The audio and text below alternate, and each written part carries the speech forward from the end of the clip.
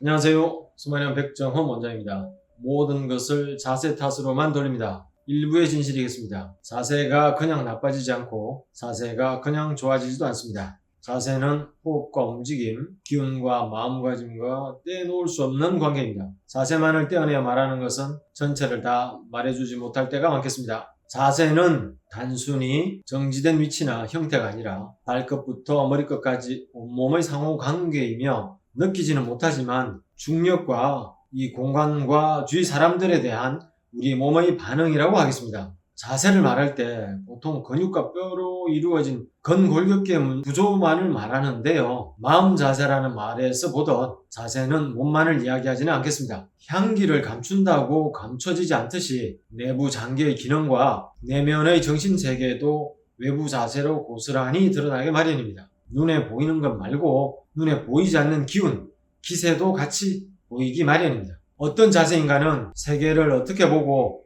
어떻게 행동을 할 것인가를 말없이 말해주고 있는 것입니다. 어떤 자세가 바른 자세일까요? 이런저런 자세가 좋다고는 하지만 절대적으로 이래야 한다와 같은 그런 자세는 세상에 없겠습니다. 항상 말씀드리지만 기준은 언제나 자신의 느낌입니다. 자기에게 맞아야 합니다. 해봤더니 나는 불편하더라.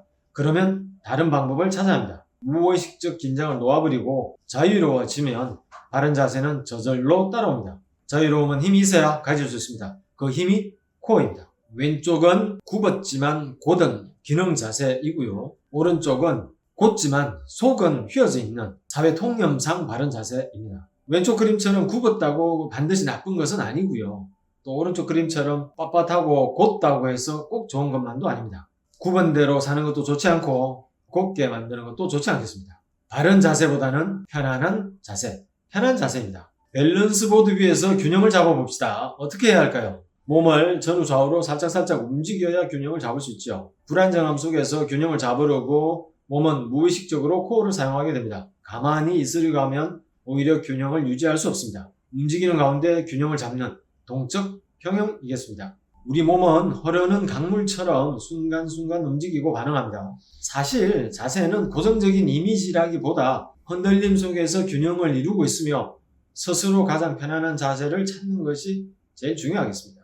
편안한 자세를 유지하려면 먼저 바른 자세라는 고정관념을 버리는 것이 좋겠습니다. 올바른 자세라는 것은 존재하지 않습니다. 그러나 올바른 방향이라는 것은 존재합니다. 올바른 자세를 규정하고 그것을 억지로 만들려고 해도 소용없습니다. 인간의 몸은 끊임없이 움직이고 변화하며 상황에 따라 필요한 자세가 달라집니다. 어떤 특정한 자세를 완벽하다고 고정하는 것은 오히려 몸의 유연성을 해치고 새로운 긴장을 유발할 수 있겠습니다. 우리가 흔히 좋은 자세라고 생각하는 것조차도 그 자세를 유지하기 위해 불필요한 노력을 기울인다면 오히려 해가 될 수 있습니다. 어릴 때부터 바로 앉아라, 똑바로 살아라 등의 말을 많이 듣고 살아왔잖아요. 그보다 편안하고 자유로운 자세가 더 낫겠습니다. 무의식적인 긴장에서 해방되어 자세가 저절로 좋아지려면 흔들림에 몸을 맡기는 지혜가 필요합니다. 몸 중심의 코어라는 심지가 있으므로 힘을 빼더라도 편안한 자세를 유지할 수 있는 것입니다. 코어가 약하면 힘을 뺄 수 없고 자세는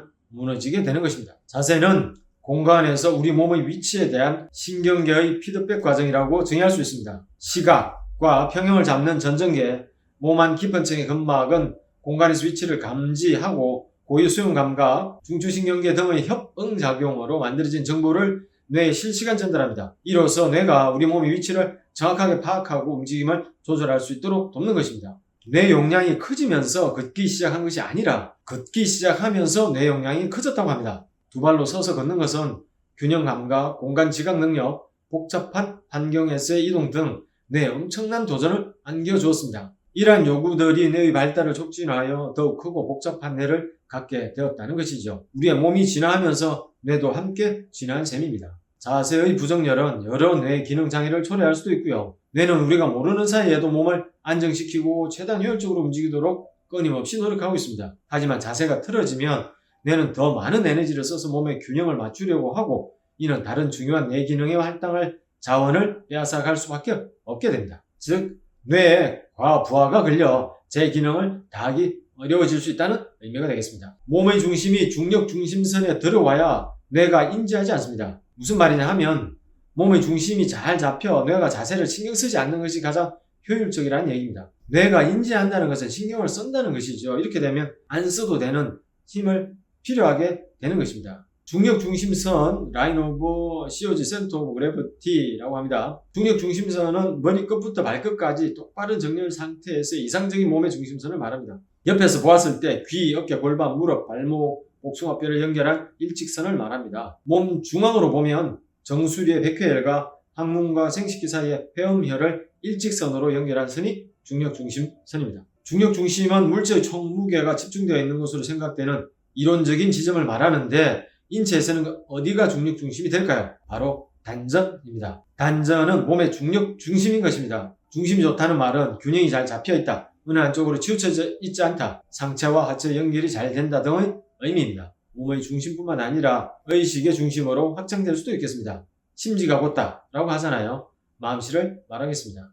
자세가 나빠지는 근본적인 이유는 바로 코어의 약화에 있습니다. 이 코어의 약화 때문에 자세가 나빠진다는 것을 간과하면 아무것도 안 됩니다. 코어를 구성하는 복압, 심부전방선, 단전, 신장경락계가 약해지면 몸의 중심이 불안정해지고 이는 자연스럽게 나쁜 자세로 이어지게 됩니다. 건강하고 바른 자세를 유지하기 위해서는 단전을 포함한 코어의 전체를 강화하는 것이 중요합니다. 그런데 복압이라는 전통적 의미의 코어와 심부전방선이라는 근막체계 선에서 멈춰 서기가 쉽습니다. 단전도 몸의 중력 중심 정도로 정리되고요. 신장과 같은 에너지, 기의 세계는 인정하지 않으려고 합니다. 아픈 분들은 대부분 에너지적인 측면, 이 부분에서 문제를 일으키는 경우가 대부분인데도 말이죠. 차근차근 에너지 측면도 말씀드리기로 하고요.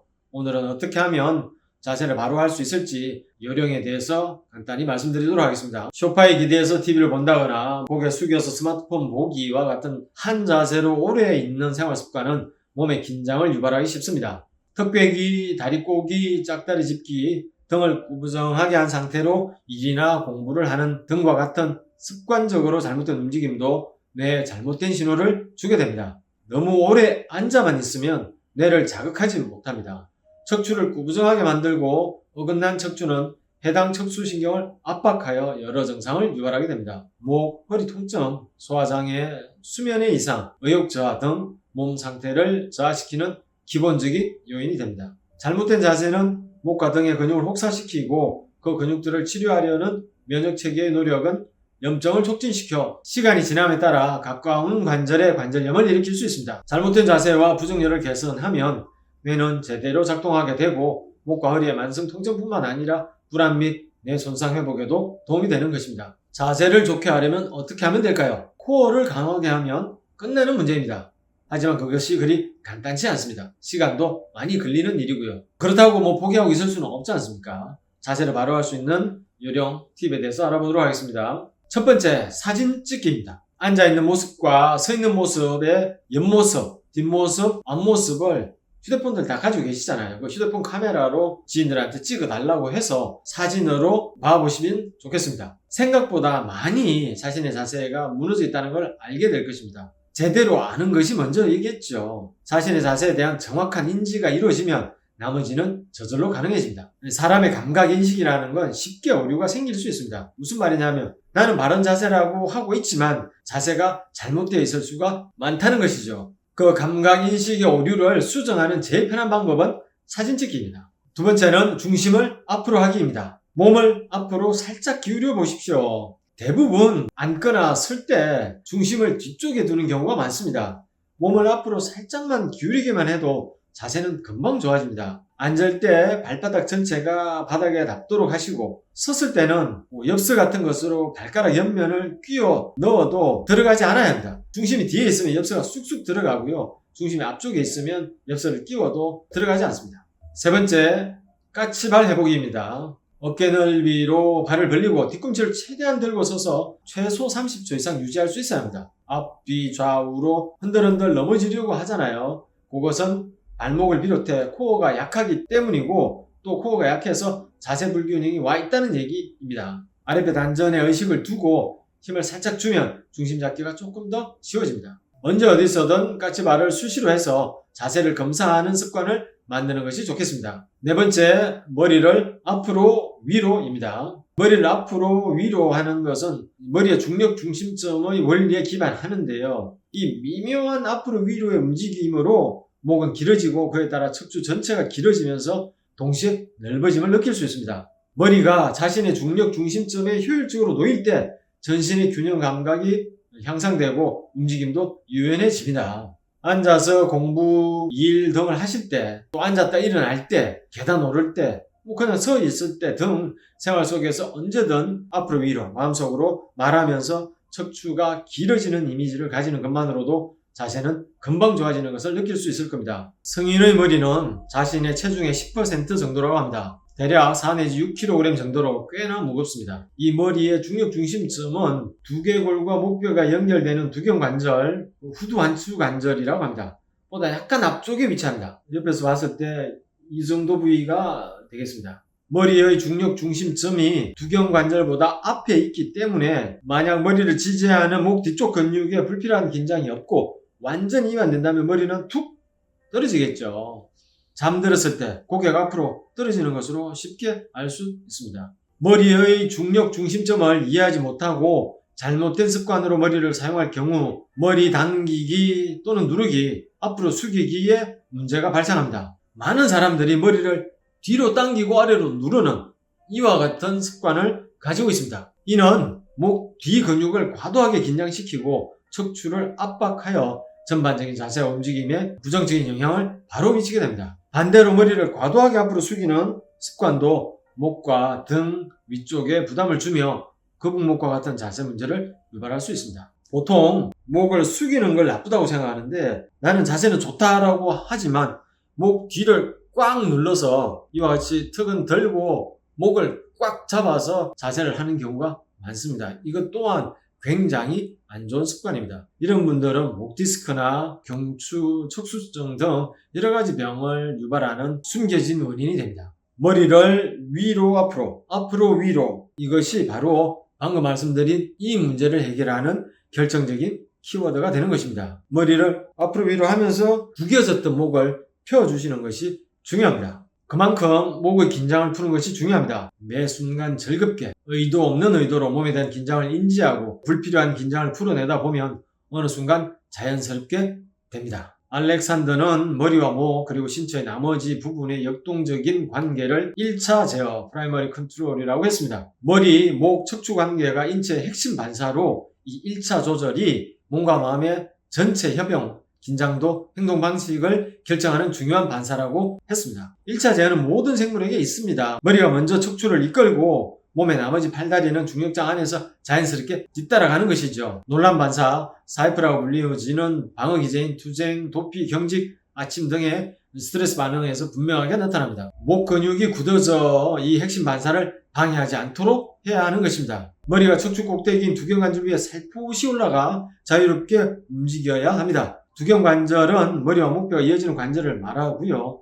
머리가 안정된 위치에 제대로 자리를 잡으면 1차 제어가 제대로 작동하고 우리의 몸과 마음은 균형과 안정을 찾게 되는 것입니다. 목의 무의식적인 긴장을 풀지 않으면 한 발짝도 앞으로 나갈 수 없습니다. 긴장을 푸는 가장 쉬운 방법은 척추를 곧게 펴고 그 위에 머리를 가볍게 올려놓는 것입니다. 머리가 풍선처럼 둥실둥실 떠오르는 느낌으로 척추 위에 살포시 올려놓는 느낌으로 흔들흔들 살랑살랑 머리가 움직인다고 생각하면 무의식적인 긴장에서 해방되기 쉬울 것입니다. 머리를 근육으로 지탱하려고만 하면 오히려 더 긴장하게 되어 악화될 뿐입니다. 두경관절이 살랑살랑 움직이는 이미지입니다. 머리와 경추, 척추가 만나는 이 부위를 후두환추관절이라고 했죠. 후두환추관절은 코 아래와 귀 아래를 연결한 이 선이 되겠습니다. 이 선이 후두환추관절, 머리와 목이 이어지는 두경관절 라인이 이 라인입니다. 이 부분이 긴장하지 않고 척추와 머리가 서로 자유로울 때 따로따로 흩어져 있는 머리, 목, 근육, 척추 등이 하나로 연결되고 뼈로 편안하게 설 수 있게 됩니다.